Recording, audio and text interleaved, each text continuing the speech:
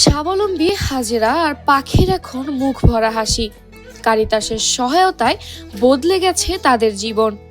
ছাগল, বীজ, প্রশিক্ষণ আর আর্থিক সহায়তা পেয়ে তারা আজ নিজ পায়ে দাঁড়াতে সক্ষম। তাদের সবুজ বাড়ি এখন এলাকার মানুষের জন্য দৃষ্টান্ত। চট্টগ্রামের রাঙ্গুনিয়ায় কারিতাসের সমাজ পরিচালিত স্থায়িত্বশীল জীবিকায়ন ও সহনশীলতা কর্মসূচি CMLRP 2 প্রকল্পের মাধ্যমে কৃষি অকৃষি প্রতিবন্ধী ও পিছিয়ে থাকা প্রায় ৬,০০০ পরিবার নতুনভাবে ঘুরে দাঁড়াতে শুরু করেছে। উপজেলার ৪ ইউনিয়নের ২০ গ্রামের এই প্রকল্পের সরাসরি সুফল পাচ্ছেন সুবিধাভোগীরা। আমাকে সুপারি চারা দিছে, মালটা চারা দিছে, তারপরে বেগুন চারা দিছে, মরিচ চারা দিছে, তারপরে আরো অন্য অন্য টাকাও দিছে, ৫,০০০ টাকা এগুলা দিছে কারিদাস থেকে। ওই সাতওয়াই দিছে। কেন আমি চাষবাস তো করতে পারি না, শাকসবজি লাগাইছি, কুমড়া চারা লাগাইছি, সুপারি চারা, ওই ফল ফ্রুটের চারা লাগাইছি, বিক্রি করে নিয়ে নিজেতে লাগাইছি। বেগুন চারা মানে শাকসবজি, এই মরিচ চারা, এই আন্ডা গুঁড়া চারা, সুয়ারি চারা, তারপরে তিতা করলা, টিটকারলা, ৫,০০০ টাকা করে পায়।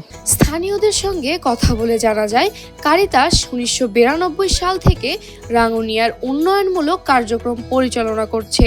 বর্তমান community based micro living recovery and protection 2 প্রকল্প ২০২৩ সালের ১ জুলাই শুরু হয়ে চলবে ২০২৮ সালের ৩০ জুন পর্যন্ত। প্রকল্পটি বাস্তবায়িত হচ্ছে অস্ট্রেলিয়ান এইড ও কারিতাস অস্ট্রেলিয়ার অর্থায়নে। আমাদের যে project CMLRP community manage sustainable livelihood and resilience project, এটা তো আমরা দীর্ঘ সময় ধরে চালাচ্ছি। আগে অন্য নামে চলছিল, এখন আমরা CMLRP নামের এই প্রজেক্টটা চালাচ্ছি। কারিতাস অস্ট্রেলিয়ান এইডের ফান্ড এটা চলতেছে। তো আমরা ৬,০০০ মানুষকে সেবা দিয়েছি তাদের অর্থনৈতিক উন্নয়নের জন্য, তাদের জীবনযাপনের মান উন্নয়নের জন্য। বিশেষ করে তাদের যেমন কৃষি, তারপর মাছ চাষ, তারপর লাইভলিহুড, তারপর তাদের পশুপালন, সার্বিক বিষয় আর কি। কারিতাস বাংলাদেশ এই রাঙ্গুনিয়া উপজেলায় প্রায় 4টা ইউনিয়নে যারা দরিদ্র মানুষ, দরিদ্র কৃষক, ক্ষুদ্র কৃষক, তাদের নিয়ে কাজ করছে। মূলত জলবায়ু পরিবর্তনের ফলে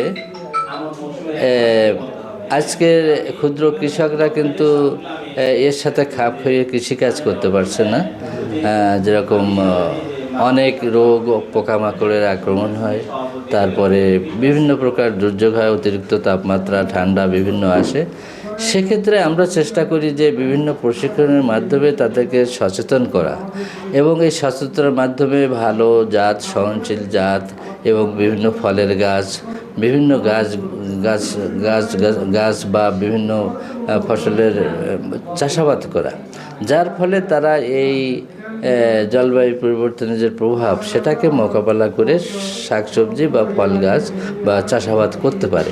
আমাদের কারিতাস CMLRP 2 প্রকল্পে আমাদের 4টে ইউনিয়নে 20টা গ্রামে আমরা কাজ করতেছি। আমাদের উপকারভোগী হচ্ছে 20টা গ্রামের 5,500। তার মধ্যে আমরা প্রতিবন্ধী আছে 100 প্রতিবন্ধীকে আমরা 10,000, 7,000 এভাবে করে আমরা টাকা দিছি। এরপরে আমরা যারা কৃষক আছে, আমাদের প্রান্তিক কৃষক যারা রয়েছেন, তাদেরকে আমরা 5,000 টাকা করে আমরা তাদেরকে সাপোর্ট দিছি। এছাড়াও তাদেরকে আমরা বিভিন্ন বীজ, সরিষা বীজ, তারপরে আমাদের গমের বীজ, ভুট্টার বীজ, এইভাবে আমরা অনেক তাদেরকে প্রায় 3,500-3,000 মতো উপকারভোগীকে আমরা সহযোগিতা দিয়েছি।